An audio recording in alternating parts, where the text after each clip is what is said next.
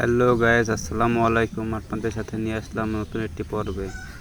আজকে আমরা জানতে পারবো কবুতর কেন গাছের পাতা খায়। আসলে কবুতর গাছের পাতা খায় এই জন্যই যে কবুতরের হজম শক্তি ভালো হয় গাছের পাতা খেলে। বদ হজম হয় না কবুতরের, তার জন্য কবুতর গাছের পাতা খেয়ে থাকে। এই দেখুন, একটা কবুতর গাছের পাতা খেয়ে ফেলেছে। দেখেন, সব গাছের পাতা খাওয়া শেষ প্রায়। সব কবুতরে গাছের উপর অ্যাটাক করে, গাছের পাতা খেয়ে ফেলে। সমস্যা নাই, তাদের পেট ভালো থাকলেই হয়। তারা যেন সুস্থ থাকে এই ওয়েদারে, তার জন্য তাদের বেশি বেশি করে গাছের পাতা খাওয়া উচিত।